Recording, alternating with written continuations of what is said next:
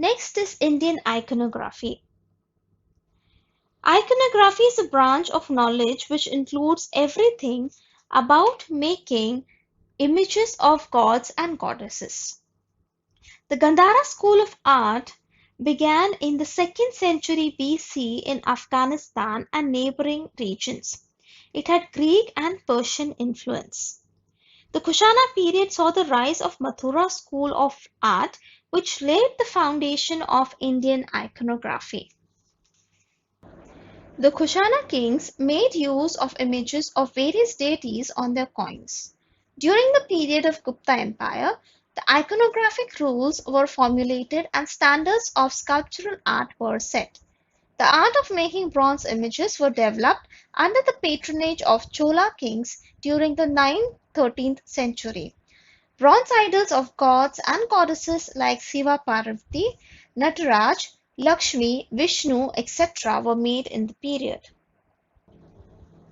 Architecture and sculpture. The tradition of rock-cut caves originated in India in the 3rd century BCE. The entire composition of a rock-cut cave represents a union of architecture and sculptural art. Its entrances, interiors, with its carved columns and images, are excellent specimens of sculptural art. The paintings on the walls and ceilings have survived in some of the caves till today. The rock-cut caves at Ajanta and Verul in Maharashtra were declared as World Heritage in 1983. The temple architecture in India began to develop around 4th century BCE during the Gupta period. The temples built at the beginning of the Gupta period had only the Sanctum Sanctorum or Garbhagriha and a veranda with 4 columns. Let us look at temple architecture types. The temple architecture in India reached its peak by the 8th century CE. This easily testified by the magnificent composition of the Kailas temple of Verul. The north style of temple architecture is known as Nagara style. The style used in South India is known as Dravida style, and a combination of Nagara and Dravida style is called Vesara. In Madhya Pradesh and Maharashtra, the Bhumija style is used. Temples in Maharashtra built in 12th–13th centuries are known as Hemadpanti temples. The outer walls of these temples are built in star shape. In the star-shaped plan, the outer walls of the temple has a zigzag design. This results into an interesting effect of alternating light and shadow. The important characteristic of Hemadpanti temple is its masonry. The walls are built without using any mortar by locking the stones by using the technique of tenon and mortise joints. Islamic architecture. Under the patronage of the Muslim rulers, many styles of architecture such as Persian, Central Asian, Arabic and pre-Islamic native Indian styles were blended together, which resulted in the Islamic architecture of India. Now here we are going to three examples of Islamic architecture. First is Qutb Minar, which is in Mehroli near Delhi. The construction of this building started during the reign of Qutbuddin Aibak, that is in 12th century CE, and it was completed in the reign of Altamash, that is in 13th century. It is the highest minaret in the world. It is 73 meters, that is 240 feet in height. The Qutb Minar complex of buildings has been declared as a World Heritage Site. Next example is Taj Mahal, which is located in Agra.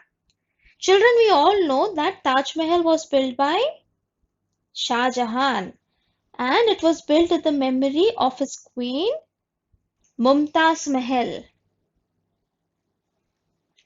Now, this Taj Mahal is a world famous building which has been declared as World Heritage Site by UNESCO. The third example is Gol Gumbaz, which is situated in Bijapur. It is in Karnataka. It was built in 17th century CE. This building houses the burial of Muhammad Adil Shah of Bijapur.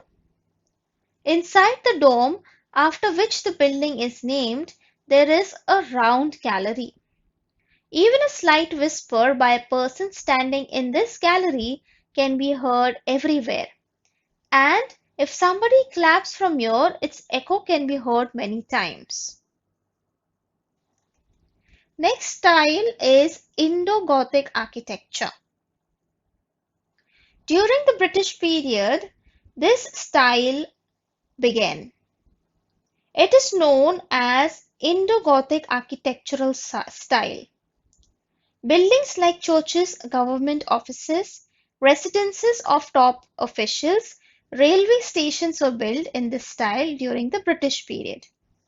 The best example of this style is the Chhatrapati Shivaji Maharaj Railway Terminus, which is in Mumbai. Next, we are going to see Indian traditions of performing arts, performing folk arts, and classical performing arts. The first one is traditions of performing folk arts. India has independent and varied traditions of folk songs, folk instrumental music, folk dances, and folk theatre, which are characteristic of every particular region, which means every region has its own folk style. Folk arts developed as an integral part of the religious festivals and social life. Let's see some folk art which are followed in Maharashtra. Koli dance, Tarappa dance, Dashwatar of Konkan, Povada, Kirtan, Jagar, Gondal, etc. Next is classical performing arts.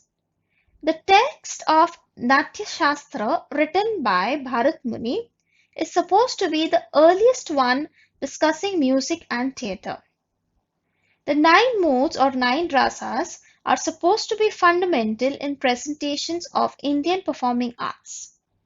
Now these 9 modes or 9 rasas are Shringar, love, Hasya, humor, Bibhatsa, repulsion, Raudra, terrible, Karuna, sad, Veer, heroic, Bhayanak, fearful, Adbhut, wondrous, and Shant, peaceful.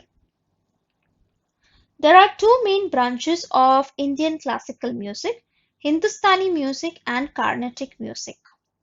Similarly, there are two forms of it, which is classical, Shastriya, and semi-classical, which is Upshastriya. The ruler of Bijapur, Ibrahim Adil Shah II, wrote a text in Persian language entitled Kitab-e-Navras.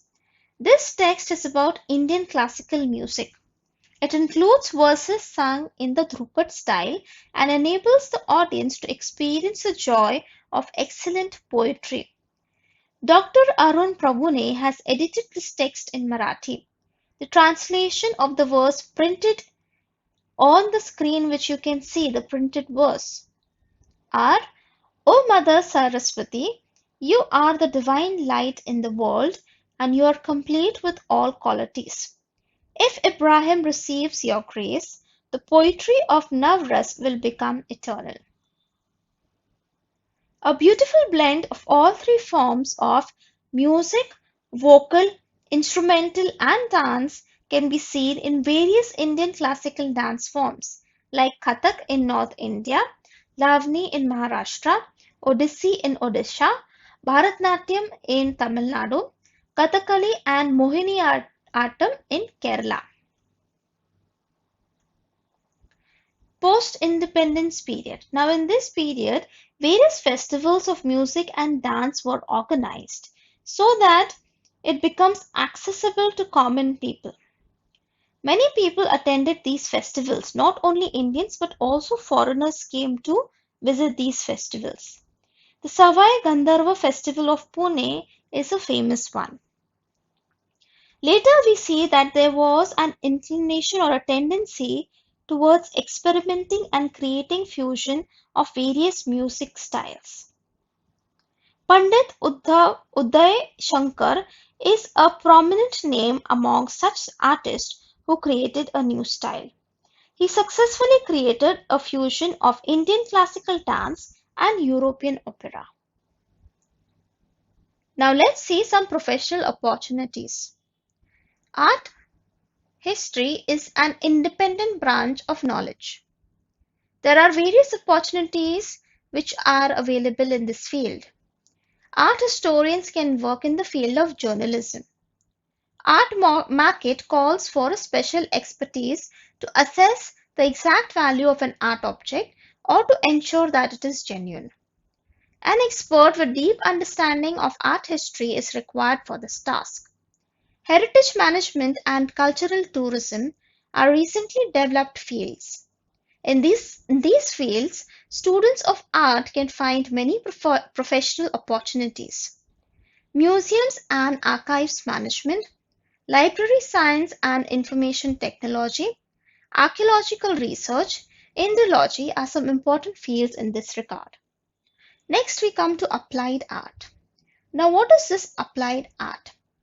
It is an artistic creation with a utilitarian purpose, which means the visual and performing arts are primarily looked upon as a means of entertainment. However, there is a scope to combine artistic creation which can be used or which has economical value. Fields like interior designing, production of ornamental objects, designs made for stage backdrops, art direction for movies and television, creating layouts of books, magazines. In the field of architecture, photography, etc., applied arts are used. Now, all these fields which we have mentioned here requires a detailed planning and meticulous management at every stage of production. It is essential to employ trained and skilled individuals at every stage. Some of the production processes of artistic objects have a history of certain traditions. Hence, we see that in the syllabus of training courses of art design, they include the history of various industrial and cultural traditions. There are a few institutions in India which offer technical and occupational training in these fields. National Institute of Design in Ahmedabad, Gujarat is a world-renowned institute. This institute has introduced an online course since 2015. Children, with this we complete explanation for this lesson. Thank you for listening. Goodbye and take care.